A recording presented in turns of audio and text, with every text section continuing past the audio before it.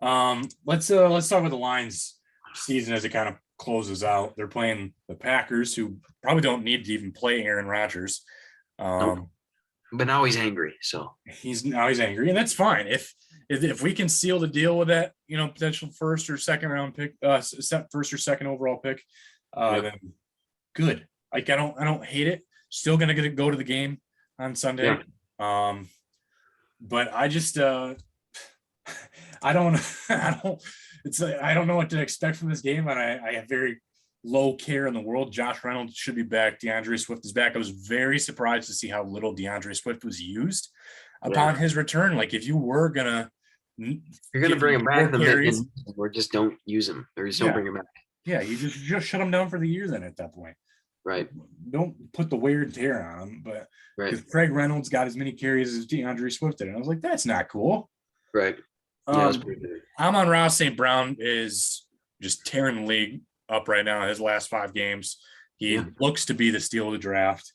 Obviously, it's still early to declare the draft, but this year, having a 4th-round wide receiver that was the 17th wide receiver taken, and he's putting up these numbers. That's obviously we talked about it. He's getting opportunities since the beginning of the season, and he actually struggled quite a bit in the first 5-6 games getting his feet under him.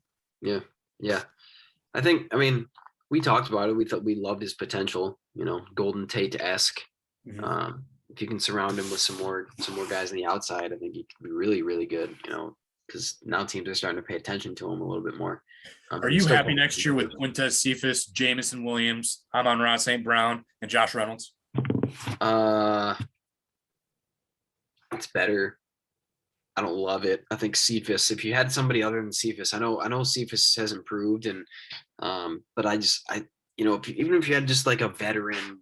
So you think if they get like a Chris Godwin, Michael Gallup? Yeah, something like that is way better, than Cephas, in my opinion. I don't, obviously you're gonna have to Cephas to be your number 5 guy. Cephas looked pretty good before. Exactly. If Cephas is your guy that's coming off the bench, or your second guy off the bench, that's perfect, right? Josh Reynolds has shown, one, a good chemistry with Goff, obviously, and then 2, he's shown something this year to where I think you need to bring him back. We talked about that, I think, a couple weeks ago. And then, yes, you do need to draft another legitimate wide receiver, probably in your first 2 or 3 picks.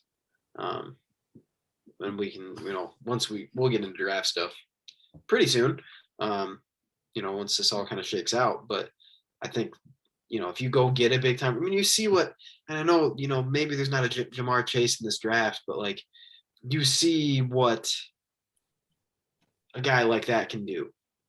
Surrounded by, yes, Tyler Boyd's a good receiver, but now Tyler Boyd's so much better because, 1, he's got a really good quarterback now, and 2, Jamar Chase is taking all this attention away.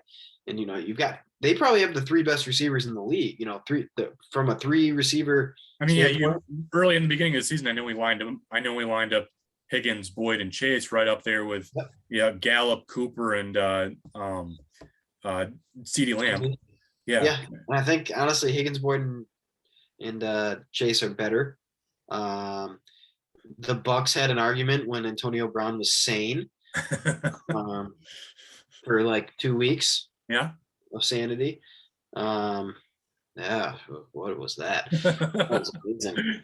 I was watching Red Zone. I was like, oh, what is he doing? What was that? Really, though, they did. If you think about it, because AB, when healthy this year, was pretty good. Mike Evans was a monster when healthy, and Chris Godwin was a monster this year. Scotty Miller. They had crazy receiving core. Up there with best in the league.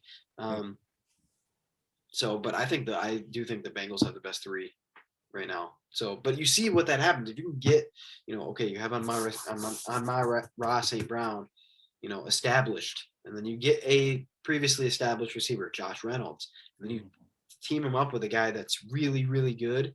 Might just take a couple weeks to get him kind of groomed in there, but a really, really good top end receiver like a Jamar Chase or Jameson Williams, maybe he's that guy. Or I don't think a guy like Olave or Garrett Wilson are that guy, but I like both of them.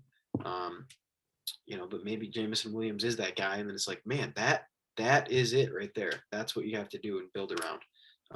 And then you got to find the quarterback eventually, but we'll figure that out.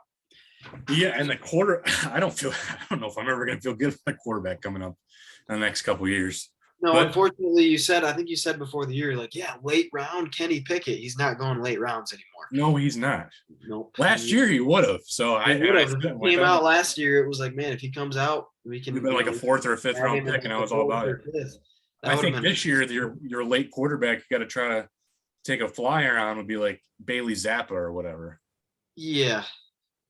Yeah, I just think quarterback, he's at this point, you can't. I wouldn't worry about it. I'm not concerned about it this year, but you do need to offseason if you get better backup quarterback than Tim Boyle and David Blau. So, yeah. I mean, well, honestly, maybe you do need to draft one late and see what they've got there. So, yeah. I don't know if they have a 4th and a 5th round pick this year. So, yeah, I'm not sure they do. But I don't want a 4th round pick used on a quarterback anyway either. Still, it's got to be 5th or later. So yeah, I don't know what to pick from this game, but obviously in our preseason predictions, we picked the Lions to go either 2-14 or 3-13. And I know I was the minority that said 3-13, but that's because they're supposed to win a game. They win a game they're not supposed to, which in this case was the Cardinals game for sure. Yeah, definitely. But they also lost a lot of games they shouldn't have. Yeah, they very easily won like 6 games this year. So, and we'll reminisce on their season on our next episode, and then we'll talk about the playoff preview and stuff. But it's going to be interesting because did you see there's a headline that essentially said the Colts have not won in Jacksonville since 2015. They are 0-6, and if the Colts lose, then the Chargers and Raiders can talk to each other and be like, hey, let's just purposely tie and we're both then. Right.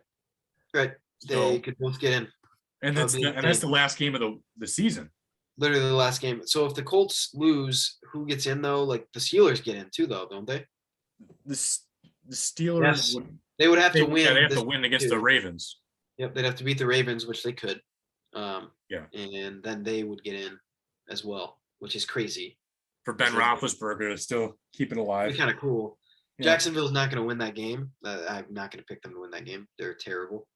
I think they're happy with their first overall pick, and they just won't say anything about it. But right, although I could see Darrell Bell, he's like, I'm probably not even going to be here next year. Why don't I at least try? That's true. And Trevor Lawrence, he doesn't like losing. So no, I don't know. John. It was actually also the first game Jonathan Taylor had over 100 yards rushing, and the Colts lost because before that, Taylor's now in 10 games where he's ran over 100 yards this year, and they're now 9-1. But before that game, they were undefeated last week. So, and they were 0-6. That would be really interesting. I actually hope it happens because I just want to see what happens. Did you want to see it? The Chargers and Raiders are like, hey, we want to tie? Just kneel on it. Yeah, just the whole game. Just punt back and forth. Just practice. Yeah. Just doing one-handed catches all over the place. Yep. Try to do something crazy.